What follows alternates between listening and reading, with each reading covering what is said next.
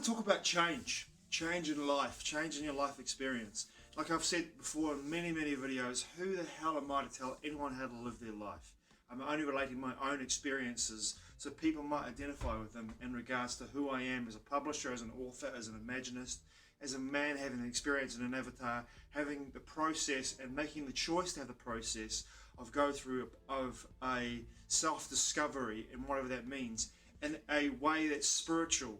If you look at the word and break the word down, spiritual to me it means in spiritu, inspired, breathing. It's quite simple for me. In the nature of the word spiritual means simply to breathe. Existence is spiritual to me.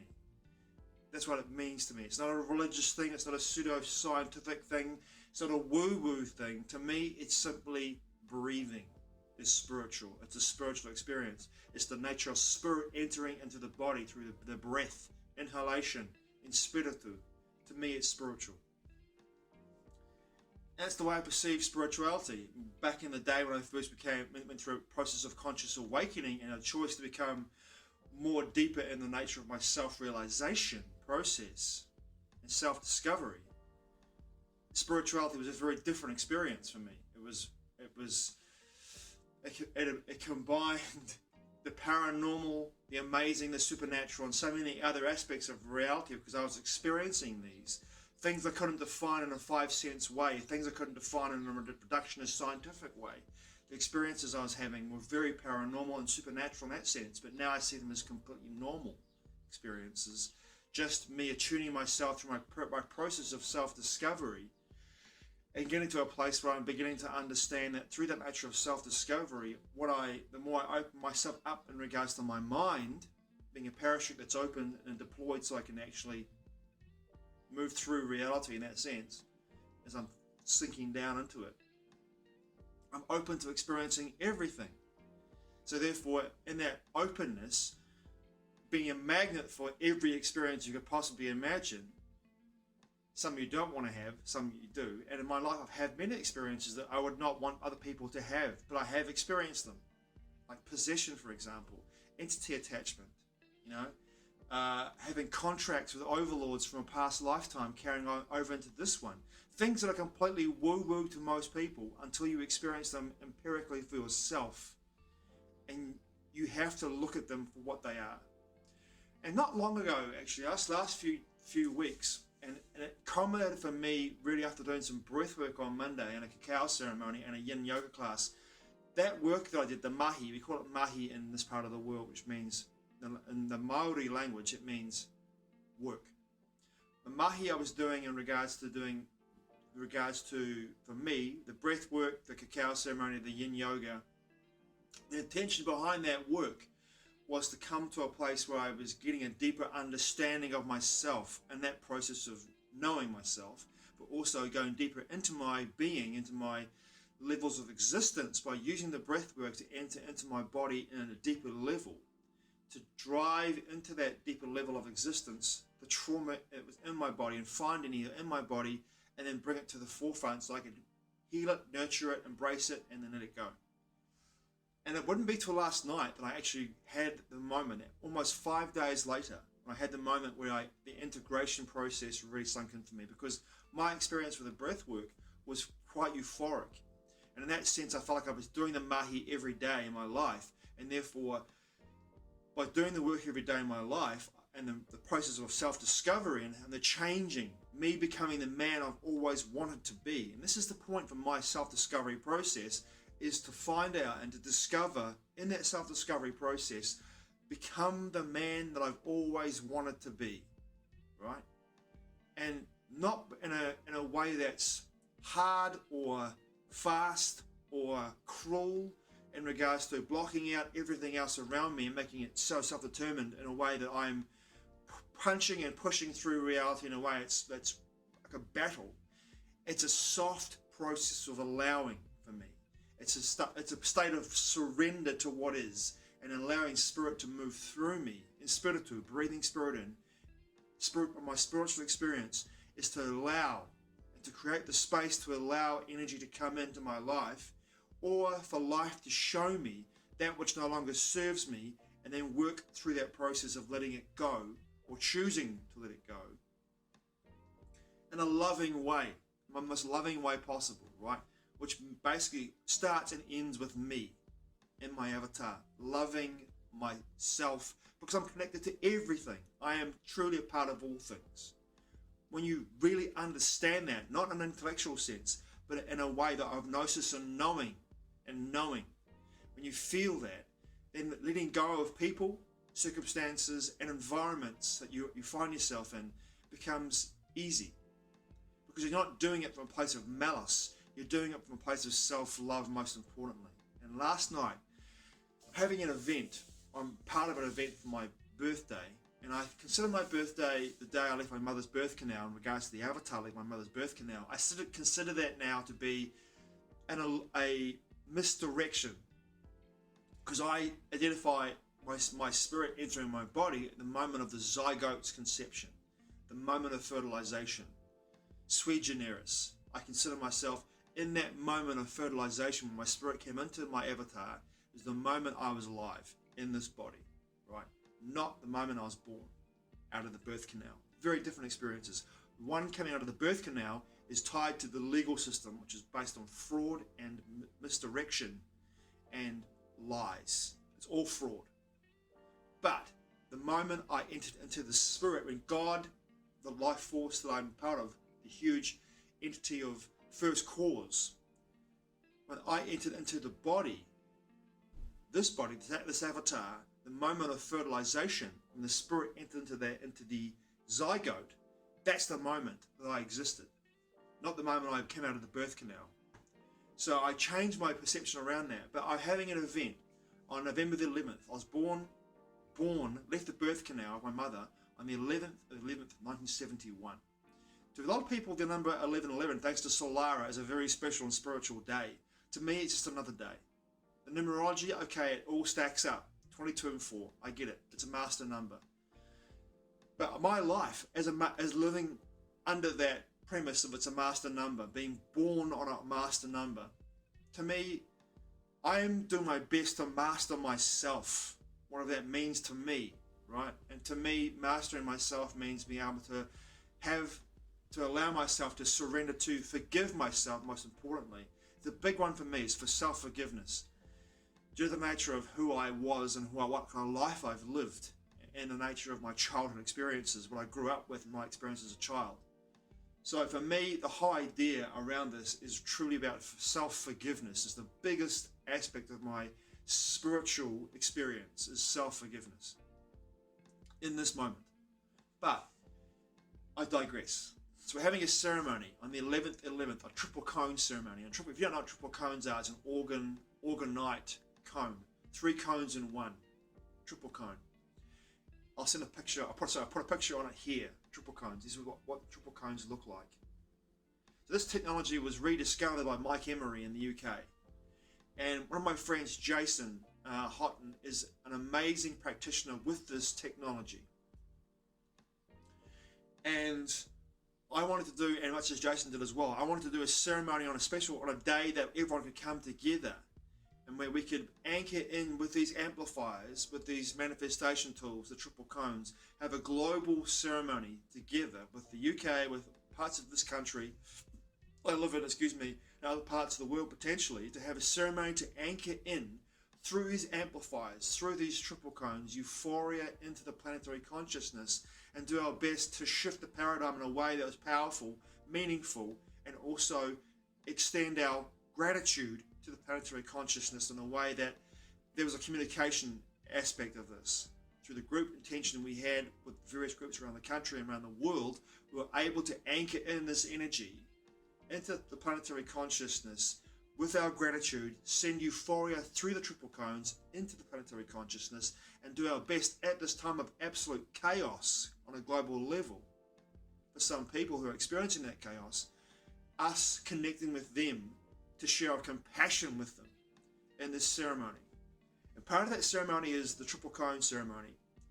Part of that ceremony is a potluck. These are people I've hung out with the last 3 years, who I've connected with in a way that's been deeply spiritual, deeply fun, deeply euphoric, deeply real, authentic, and with great integrity. And our events are always alcohol and drug free, because we've done our time with those experiences. We've had our time with those substances. We've had a great time. For me, for example, I had a great time doing drugs and drinking to an extent back in my early 20s, before I stopped drinking, back when I was, 28, 29.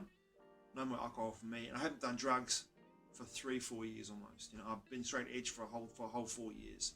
And that was a choice I made because I knew that change was imminent in my life, and the feeling was coming through me, the spirit was moving through me. It's time to put this down and move on, and move on. And I've done that. It's been a big part of my life, is putting that down and being grateful for the experiences, but realizing in this testament to change in my life, I knew it was time to put it down and move into a degree of deeper self-realization. And that's been important to me. It's been massive for me to come to that place where that realization is that to put it down, it no longer serves me, and move forward. And I've done that. And the people in my life that I've connected with on that level, in that scene, that party scene, that drug taking scene, that boozy, druggy party scene, I've walked away from that. And those people are not really a part of my life anymore. And I don't have any animosity towards them. In fact, the opposite. My heart is full of love for them and the experiences I've had with them. But there's no resonance. We've in 2021, we all went our separate ways, in a way that was forced upon us, and a choice was made by us at the same moment, by our governments, by narratives, by choices made, by deeper understanding of what was taking place, and the energy wave that came in at that time. And for me and many others, we rode that wave into deeper understanding of who we were and self-discovery, and we continue to ride that wave of energy through our lives in a way that brings us deeper and connects us more intimately with ourselves and each other, in a sober way, in a deeply authentic way, in an integral way, in a way with dignity. And that connection for us as we move through this experience, and the support we have for one another as we move through that experience, is massive. And this is community for me. This is the community for me.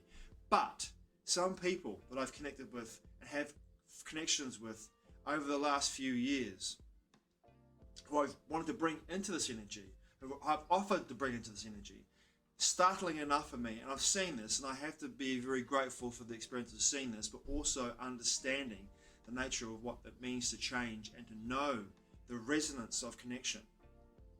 In regards to some people not coming into that space where you are moving into, and as you move into that space yourself and through your own self-discovery process, what I'm learning about myself is that the more I level up, the less people in my life I can connect with. And on an energetic level, there isn't often a time where I can step down from where I'm leveling up to. And not down as in like lower, down as in like from where I'm at energetically, move back to a place where I can connect with people and we can have a connection and have a conversation that doesn't revolve around anything other than mundane everyday things.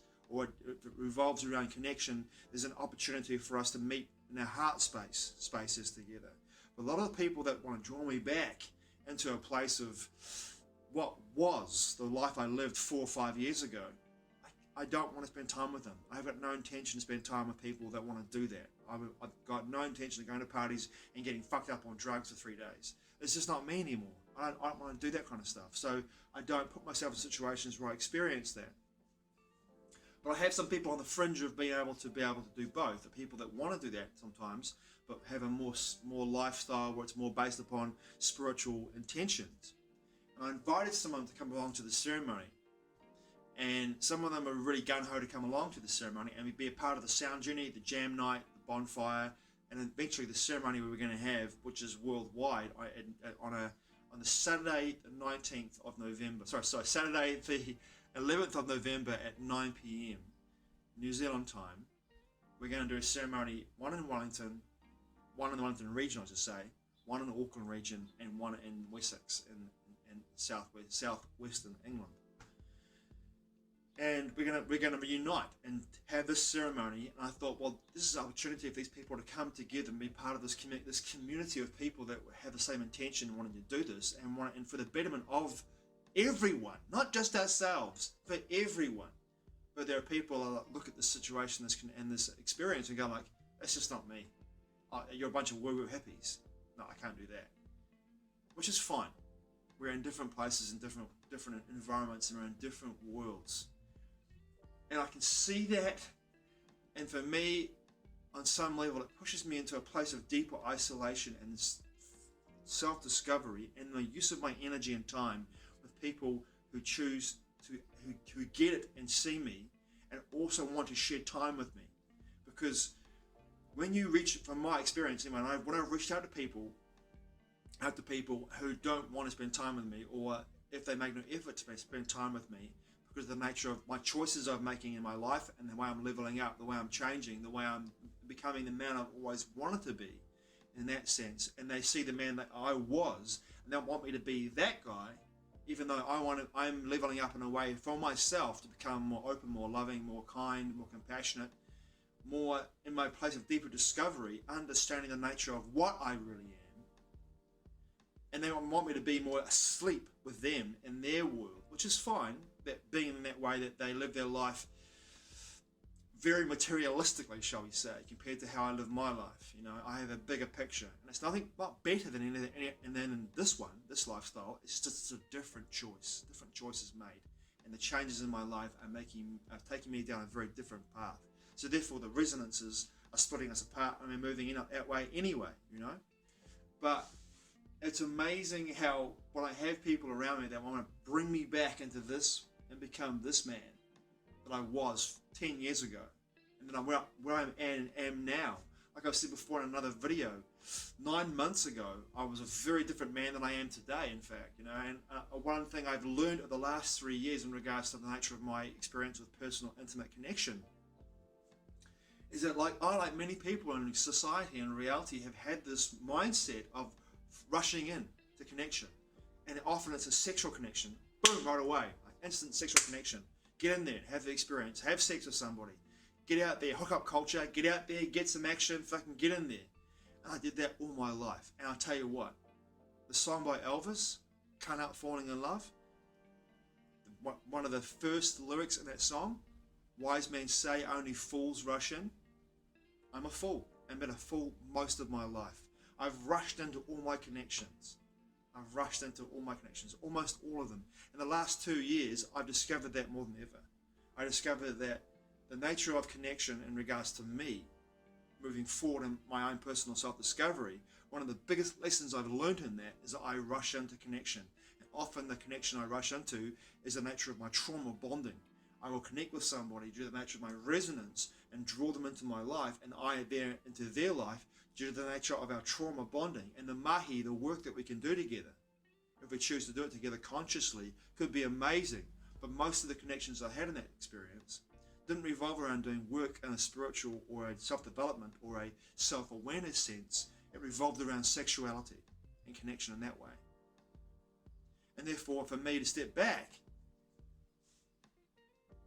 and take 3 months to get to know someone before I have an intimate connection that way, as Jocelyn Dare once, for me anyway, showed me through her work, this is how it needs to be. I did that in 2021 with someone I'd known for 6 or 7 years. I stepped back, and that was the only experience I've had in the last 4 years where I did that, because I had 2 experiences after that experience where I just jumped right back in again to know that this is not how I need to move forward in regards to having a connection with a woman. I need to really slow shit down and get real, because energetically, for me anyway, there has to be that level of deep connection for me to be intimate with someone now. And someone who I was intimate with at the beginning of the year had a word to me, and this is the nature of how much I've changed, but also where my resonance is at, you know, where I'm at with my personal self-discovery path. And this is the big one for me. It's like it can get, you know, I don't feel lonely, but you can feel alone in the connection in regards to men and women. You can feel this sense of aloneness. Like, I haven't had a connection in an intimate sense with someone since January this year, right? It's now October, almost November. And I don't feel like I'm losing out on anything here. I don't feel like I've lost anything. I'm missing connection in that way, or companionship. Because I've had it all my life. I have it around me in regards to friendship. I have it with nature in a very intimate way that's not sexual, but very connective, right? So I feel my cup is full. And if I want to have, as David Data says, the feminine energy in my life, all I have to do is walk into the city from where I am or be around women, and I can feel their energy. And in that sense, the femininity is around me. And of course, nature is soft, nature is feminine most of the time. And in that femininity of nature, I can connect to it and have my cup full by that and find the balance in myself. But how much I've changed in regards to me understanding the nature of connection and intimacy, how much I've changed in regards to who I am becoming in process of self-discovery. And I'm seeing where I need to set hard boundaries with people. And the last 2 weeks, I've set hard boundaries with people for 2 reasons. One, because of what I felt energetically with someone who was reaching out in a very intimate way towards me, in a sexual way, that I did not feel was appropriate for me due to the nature of the man I become in 9 months. And also set a hard boundary with somebody who wasn't meeting me in a place where I was reaching out to them and connecting with them and wanted to connect with them and wanted to meet them halfway on that bridge of connectivity, but they were dallying around, being anxious, avoidant, weren't there, coming hot and cold. I was like, you know what? Done. No, done. You either come, meet me there, or it's over. Halfway, a hard boundary, I'm good. All my love your way. And sometimes the most spiritual word you can say are fuck off. And mean it. In the context, in a loving way, as much as how ridiculous that might sound. Sometimes the most spiritual words are fuck off. And that's it. Because it creates more space in your life to bring people into your life that resonate with you. In my experience, once again, I cannot tell anyone how to live their lives. I'm only relating my experience. The most spiritual experience I can ever have sometimes is being able to say, this is me, this is who I am, this is who I am becoming, and if you don't like it, fuck off. Fuck off. And that's fine with me because there are millions of people that will like it. Potentially millions. But if you know what I mean, it's about coming to that place of deep understanding and embracing the change. Embracing the change. Anicca. If you want to get Vipassana with Goenka. Anicca. Change is the constant in our lives. And if we don't keep changing, if we don't level up to keep changing, if you choose to walk this path of self-discovery and self-realization, and it can be, and it is a lonely path. You walk it alone. You can't walk it with other people. You can share in the experience of doing your own work with other people and to be supported in that process. But the process of self-realization and self-discovery is truly one of aloneness, in my experience. Thanks for watching. I truly appreciate it. Matewa. I'll see you again soon.